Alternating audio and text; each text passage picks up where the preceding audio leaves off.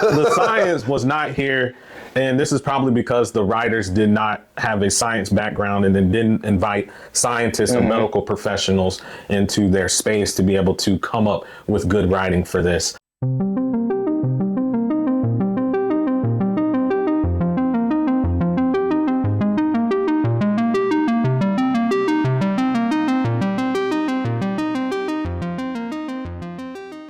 So what is 28 Years Later, The Bone Temple about?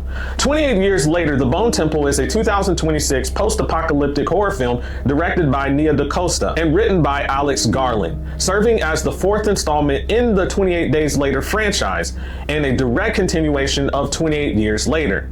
The story follows survivors in a rage virus-ravaged Britain, focusing on young Spike as he becomes entangled with a brutal cult led by Sir Lord Jimmy Crystal, while Dr. N. Kelson pursues unsettling discoveries that could alter humanity's fate and chaos. Chaos. So Ryan, what are your spoiler-free thoughts about this movie? So for me, going into the movie, I expected a continuation of the previous installment we got. I didn't expect to see some of the directions the film went into. I thought it was going to focus more on some of the zombie carnage, but this film goes into a direction where it tries to get you to understand that sometimes the human characters can be the most dangerous of them all, beyond just those zombies out there, you know. Yes. So yeah, what about you? So similar situation. I was not expecting this film to talk more about human on human violence. I thought it would be still human versus the infected. I thought just like it was in the first film. I also didn't realize how there was going to be basically a mutiny within the Jimmies, because it looked at the end of the film that they were this really good group of people who were able to just defeat these infected without much need or help, and it was easy. But we find that that actually was not the case here. So let's go ahead. Right? So we're going to move into some of the positives of this film. So Kevin, what were some of your positives? So some of the positives that I had in this film had to do with exactly what I was saying earlier. The concentration on human versus human conflict over human versus infected conflict.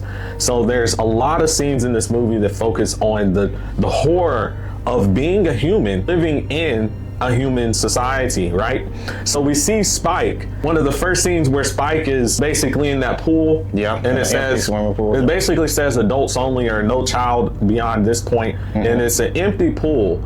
And we have Jimmy Crystal sitting up outside of the pool in a chair. And then we have all the other Jimmies in the pool that has no water in it. And he tells Spike, to go ahead. If you want to be a part of the game, you can, but you're going to have to fight for your life, fight till death with one of the Jimmies. So he picks the older Jimmy to fight.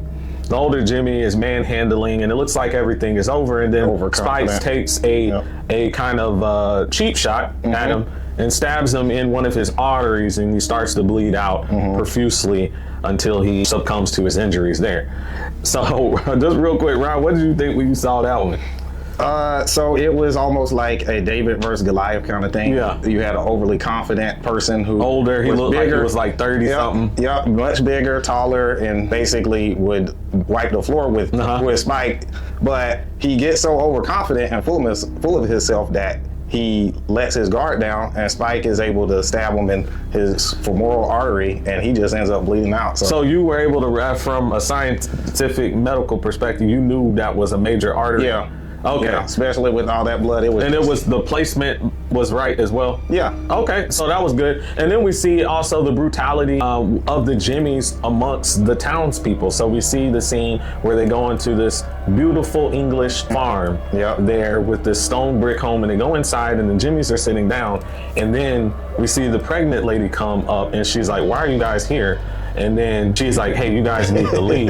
And then, we'll leave, but we'll have to kill you, as Jimmy Crystal says. And that precedes this kind of torture this torture violence that leads into the barn where they're basically flaying and skinning these people alive here. So that, and then we also see the Jimmy Crystal versus Dr. Kelson, their basically conflict. And then we see Jimmy, Ink, and Spike's battle against the other Jimmys, the kind of mutiny that ensues. So all of those things I really thought were positives in this film. What was a positive for you? Okay, for me, one of my positives was Ray Fiennes' character of Dr. Ian Kelson. We see that he has good morals and good values.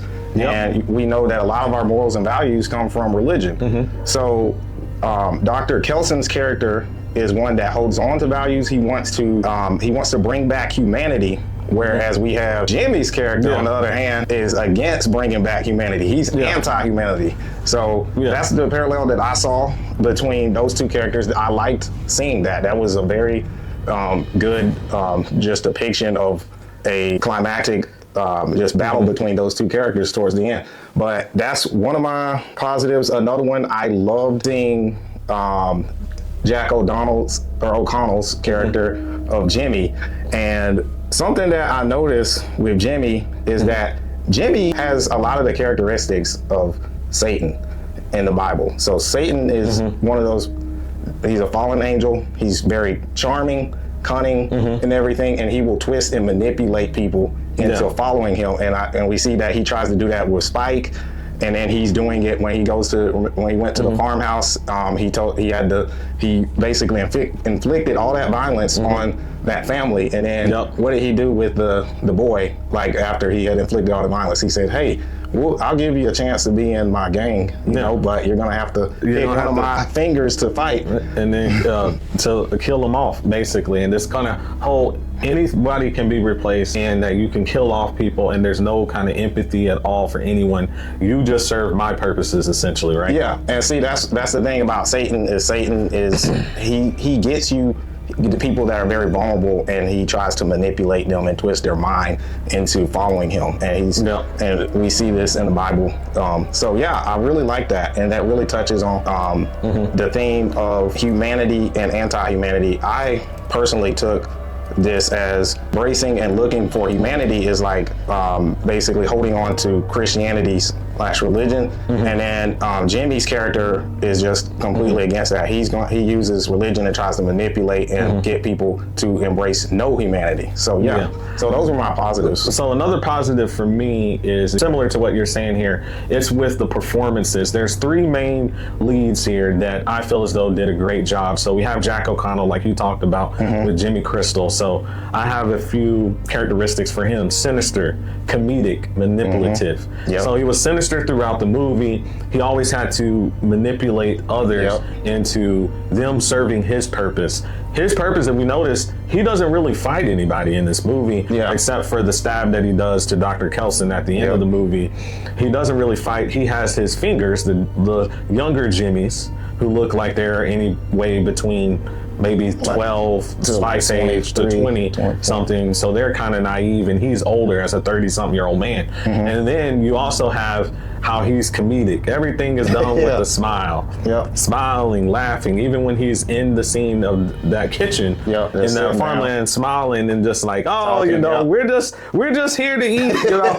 That's all we're here to do, you know, just kind of downplaying the chaos and the evilness. And a lot of times we notice in life that Satan likes to downplay this. Oh, it's not that bad.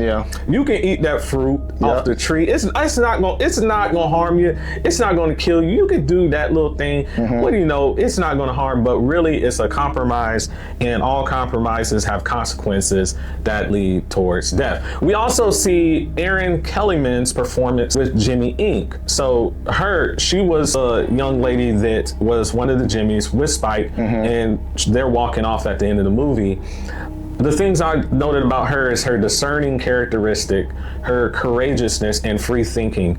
If she did not have the free thinking to be able to evaluate who Jack O'Connell's character, Jimmy Crystal, was, and see through the kind of shade or the kind of evilness that he's doing, the charades, if you will, that he's doing, she saw straight through that, even though she was a little bit ignorant of what Satan looks like, thinking that Dr. Kelson, because he had red on and was walking around dancing with the alpha, that he was Satan. Outside of that, she was a critical thinker, discerner. I liked her character. And then lastly, like you said, with Ralph Fiennes' character, Dr. N. Kelson, being bold, enchanting, especially in that final third act there. You had him in that scene where he has the eye black. He's looking like he's some gothic person. He's doing kind of the kind of rock type of heavy metal type music and dances. Empathetic. He was very empathetic, especially in his demise there. Right before his demise, he sees Spike. He pulls the mask off him and he says, "Wait a minute, there's one more wish that Satan has for you." And Jack O'Connell, like, "What do you mean? You already done the wishes." And it wishes him to die upside down on the cross, to have Jack O'Connell's character be basically put upside down on the cross there in similar way that Christ was done on the cross. So the third act was another positive for me. I really enjoyed that. I know we just talked a lot about that. I liked the music. I just wanted to point out the sample there from Iron Maiden, The Number of the Beast. I really enjoyed that and enjoyed Dr. Kelson, even as an older man, to be able to put on the garments and stuff like that and to dance around and to blows the fire and stuff like that. Looked like he was almost like a fire dancer at one of the Las Vegas hotels. So he did an excellent job. So those were my positives. Okay, so we are going to move into some of the negatives of our film. So Kevin, what were some of your negatives that you took away with this film? So I really felt that there was a straw man argument when it comes to religion. The fact that Jimmy Crystal does not know what Christianity is about. Of course, you say, well, he's satanic and stuff like that, but his understanding as a 30-something-year-old man of what religion is about is kind of baffling to a certain degree, because he just does his little signs in the air and like his little prayers and stuff like that, and thinks that that's like his religion. When in reality, even though they may not have formal education in Britain in this particular setting, he does have access to books. I would think by the age of 8 that you would know how to read and write to a certain degree, so you could continue on reading and writing even if you don't have a teacher. Maybe he was affected by that, but I thought that the religion, and then Dr. Kelson doesn't really talk about religion. He just references it something. So I would have liked to see more there. What is a negative for you? So for me, one of the negatives I have is we see Spike's character, we see that he takes a back seat in this film, and he's one of the characters that's wrestling with embracing humanity and, you know, whether to embrace humanity, which is what Dr. Kelson's character is trying to do, which I took away as embracing your moral values or embracing Christianity, as, you know, we both are Christians. So I would have liked to see more of his character involved in this film. We don't really see a whole lot. We just see that, you know, he's wrestling with what he should do in some of the moments. But I think that I do like at the same time that the film does give us more Ray Fiennes' character. But that was one of my negatives. What about you? You have another one, Kevin? So lack of science is another negative here. So we have this great Dr. Kelson who's supposed to be some type of medical doctor. And being a person now, I studied computer science there, so I was a part of STEM in that capacity. I know Ryan was more in the health sciences. But it just didn't seem like there was a lot of science that was being talked about in this film, especially for this man of science being a doctor. Like, he talks about psychosis, and you know, about the second act of this film is spent with him trying to train the alpha Samson out of his psychosis in this kind of rage virus situation. And it seems more like hocus pocus. It seems more voodoo type. It seems more kind of spiritual science stuff. It doesn't seem like it's real science. Sure, he's sticking them with some morphine and stuff like that. But as you mentioned in the previous one, 28 years later review that we have up, and check it out, guys, if you haven't already. But you mentioned how morphine doesn't really respond in a catatonic state where you can stand up and be able to have thoughts and process stuff. You want to touch on that real quick?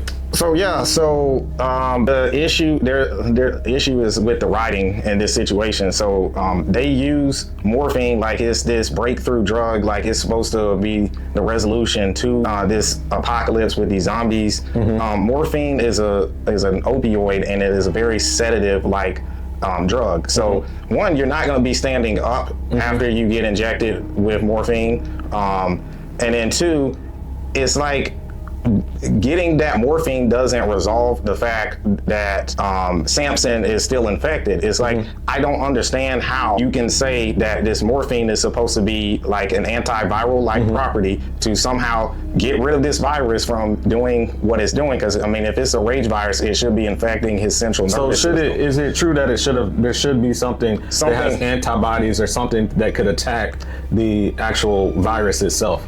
So there should be, there would be another drug, like basically is what I would think as me being in the health like immunization. Talk about that. Generally speaking, immunization, you basically pump. So so touching on that, so the cure would be something like an immunization. An immunization would be the cure to someone having or being exposed. And essentially, it does what? What does the immunization do? What does it do when you inject? So its job would be the components of the virus used to stimulate the nervous system and cause stimulate the immune system.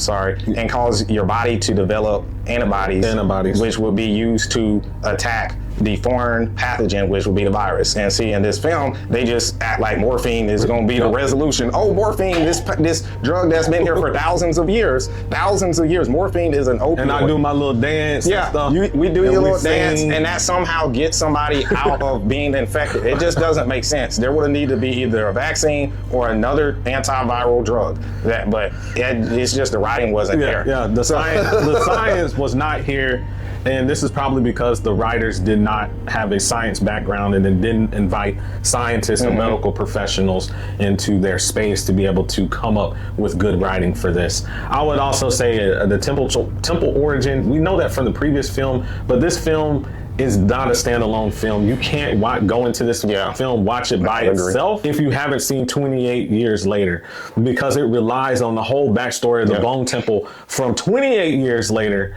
And that we only talk about the Bone Temple in this film in the third act there. So that's something else that I thought was a negative. Anything else, Ryan, for negatives?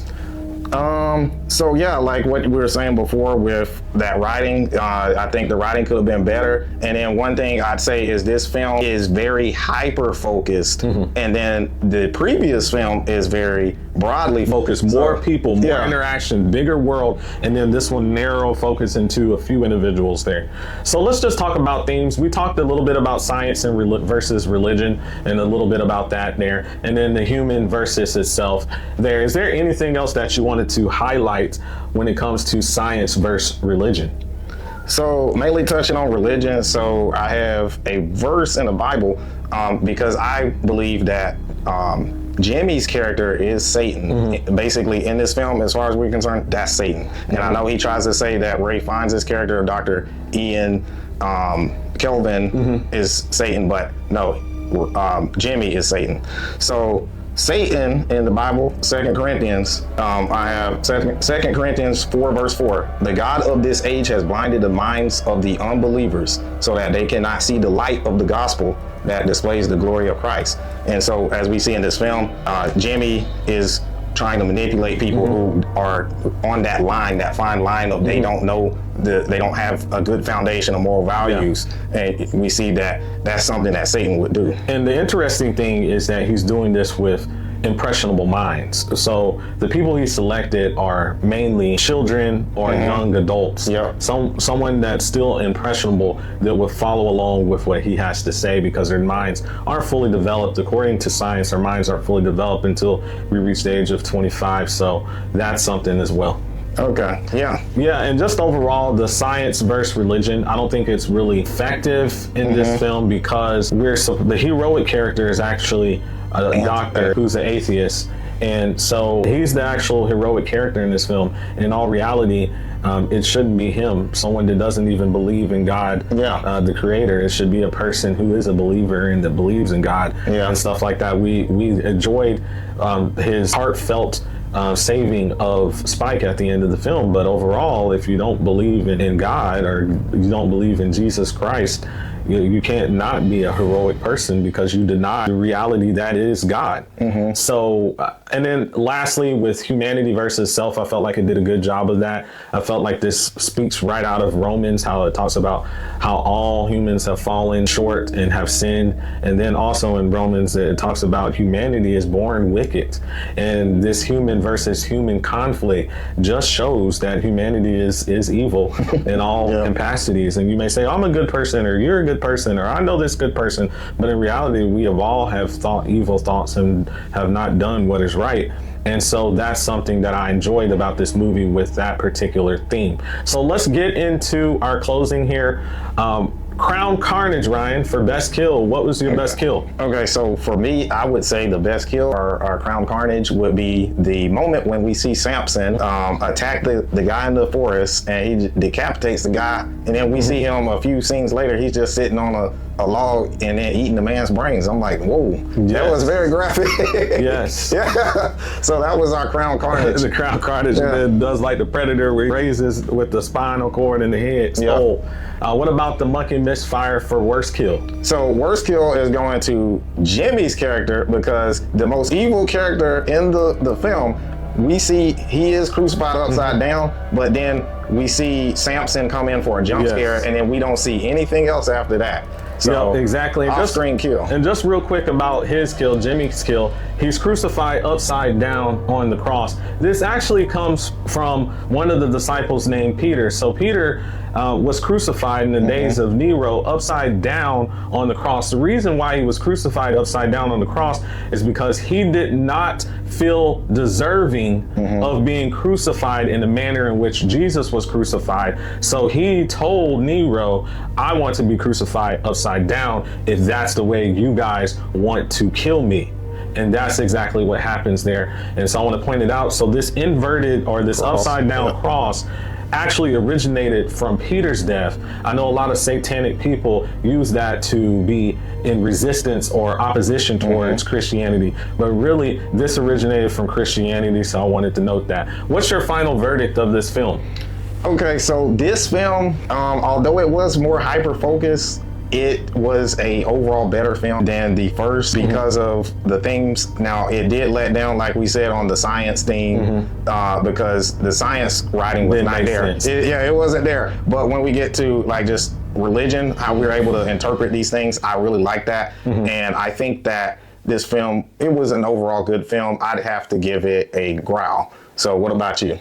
So for me, I would also give this a growl. I really enjoyed the performances of the major cast members that I talked about there, Jack O'Connell, Ralph Fiennes, and then we also have the great performance that was done by the Jimmy Eat character, Aaron Kellyman. So they did a great job. They carried the film. I also enjoyed the third act, the visuals that we talked about, the Ring of Fire, and all those visuals in the Bone Temple was magnificent. The dancing done by Ralph Fiennes in the Bone Temple, much like it was like he was in Las Vegas kind of fire dancing type stuff. Great job. So I have to give this film a growl.